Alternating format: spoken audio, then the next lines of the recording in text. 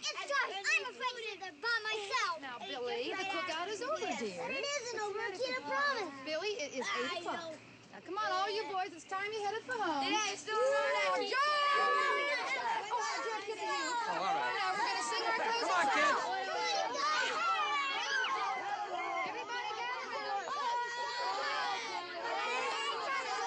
All right, quiet down, quiet down, quiet down.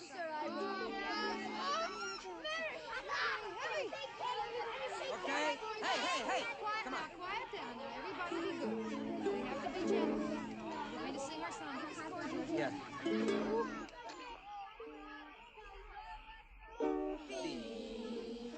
When old lady crossed the street, always be sure your room is neat. Get up and give someone your seat, And you'll be a real good scout. Be prepared. carry a girl's books home from school. Be prepared. Don't lose your temper, play it cool. Be prepared. Always obey the golden rule, And you'll be a real good scout. so listen to your dad and mother. Oh, your mother. And learn that one good turn deserves another.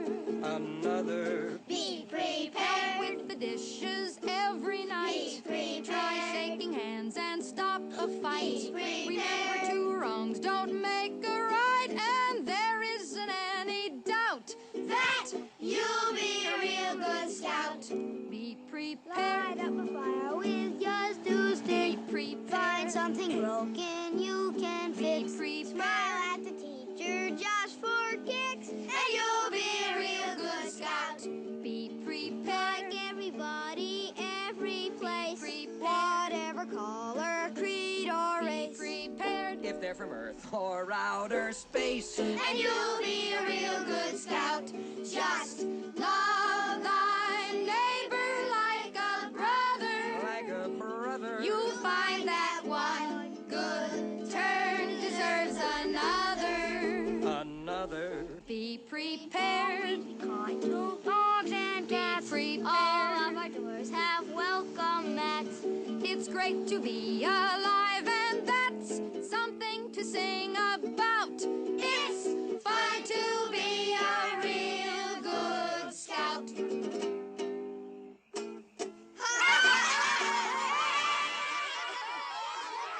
Okay, home go, kids. Let's go. Get your coats over here. Here you go. Come on. Where's my little girl? Hey, Come on. Goodbye, sweetie. There we go. Oh, hello, Homer. Good to see you. Has your raccoon come home yet? No. Matilda Runyon told me that Clara Colta over at High River, she heard her cat yelling t'other night.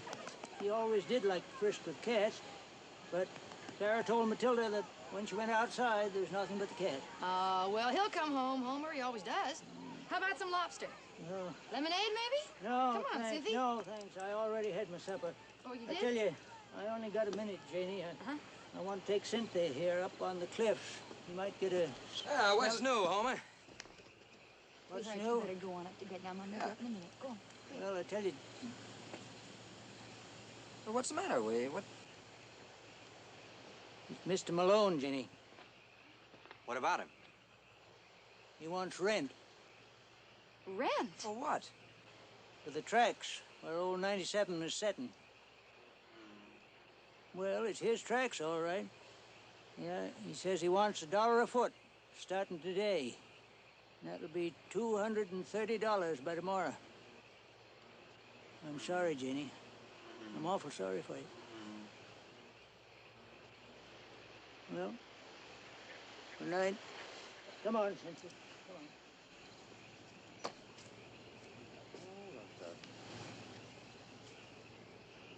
Now, look, this settles it. I'm going to mortgage my house, and I'm not going to take any no for an answer. We're No. going to incorporate, and we'll pay Malone his pound of flesh. In the meantime, we'll fill the orders that came in today. How? I'll deliver the lobsters in your station wagon. George, you wouldn't get to High River in that station wagon. Air freight's too expensive. Truck freight is too slow. Look, I've got it. A fund in the mirror. Like a Christmas fund or a summer camp fund. Mothers Against Malone. Every morning on the front page. We'll get your rent, Janie. You mean a charity kind of thing? Well, no, not exactly Larry, charity. I will not accept It'll make charity. a wonderful story, Jane. I'm sorry, I'm Larry, going I to will New not York and accept- have it out with Harry Foster Malone. No offense, Denham, but Malone would eat you alive. Look, I know who is going to New York. Janie. All those offers to appear on television programs. You'll carry your case to the people and get paid for it. She is not going to go Will to you New York. wait I'm one sorry. minute? Look, What? maybe Malone has the power, but you've got... What are you... She's not going to go to New York. George! I'll do it. I am going to go to New York. I'm going to take you to I New don't York. know who's going to take me, but I am going to go to... Wait a minute now. I do the television shows. I get paid. Right. And I give it to Harry Foster Malone. What about the kids? Oh. Well, I'll only be there a day or two, George. Well, they love you. They're used to you. Don't worry, old boy. She'll be in good hands. I'll get her a room in my hotel. Look, you better get packed, Janie. Okay. We can still catch that night flight to New York. All right. I'll call New York and set things up. I'll hurry right now. There's a YWCA in New York. George. She's quite a gal. She's a widow with 2 children. Yeah, they're wonderful kids. Yeah. Well, listen, old boy. Now, wait a minute. You listen, Denham. I'm getting just the least bit weary of your warnings and insinuations. Have you got some kind of claim on Janie? Claim me? No. It's Well, just all that right, then. Every man for himself. George! Listen. Would you bring my suitcase? It's in the garage over the mulcher. George! I'm coming!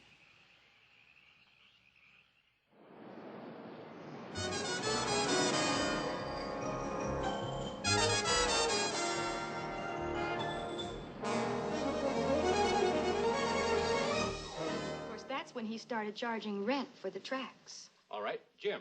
Well, Mrs. Osgood, while I applaud your independence and admire your combative spirit, I'm afraid I fail to see where defendant herein has transgressed the legal bounds, which are the constitutional right of all citizens. Harry Foster Malone transgressed when he murdered my lobsters. Murdered her lobsters. Well, I know where he can get a job. Now, Jim, what's your question? Actually, this, sir. Mrs. Osgood, are you not invoking sympathy for your cause on purely emotional and feminine grounds? Right, boy. What has that got to do with the facts? Precisely. Let's hear from Lois. The preceding panelist was obviously obfuscating the issues involved here. A not uncommon masculine gambit in 20th century America. Stupid little broad. Question, Lois. Mrs. Osgood, how can I help? Left hand, are you telling me there are southpaw lobsters? Oh, yes, certainly there are. You see, all lobsters, as you know, have 2 large front claws. Now, one is very heavy and has blunt teeth. That's the powerhouse claw, and the other is smaller and has sharp teeth. Well, naturally I'm nervous, George. You don't know what it's like to be on TV. Well, if it hadn't been for Larry, I don't know what I would have done. Where is good old Larry? Well, the poor boy is just about ready to collapse, George. You don't know what he's been through. Well, now they want me to do the big payoff.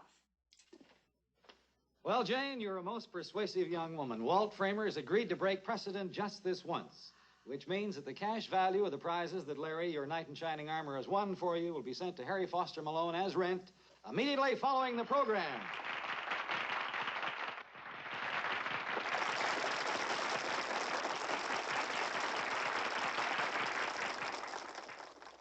Now then, panel, I am not going to ask this young lady to reveal her correct name to us because if we knew her name, we would know her secret. So we will simply call her Miss X. Now, Miss X, if you'll whisper your secret to me, we'll reveal it to the folks at home.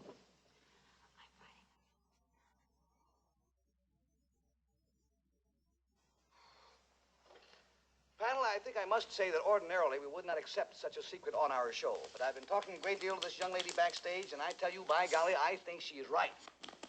I want that man barred from my railroad for life. Now, we'll start the questioning with Bill Cullen, please. Ma'am, this male that you're involved with, is he human? He certainly is not. Or is it something like a snake or a baboon or something like that? Harry, I tell you, we've got trouble. This newspaper, you can't... Get this, Sloan. I'm 52 years old and I was born on the Lower East Side in the Coldwater Platte. I wasn't lucky enough to get to college or law school. I'm a slob that came up the hard way. But let me give you a chunk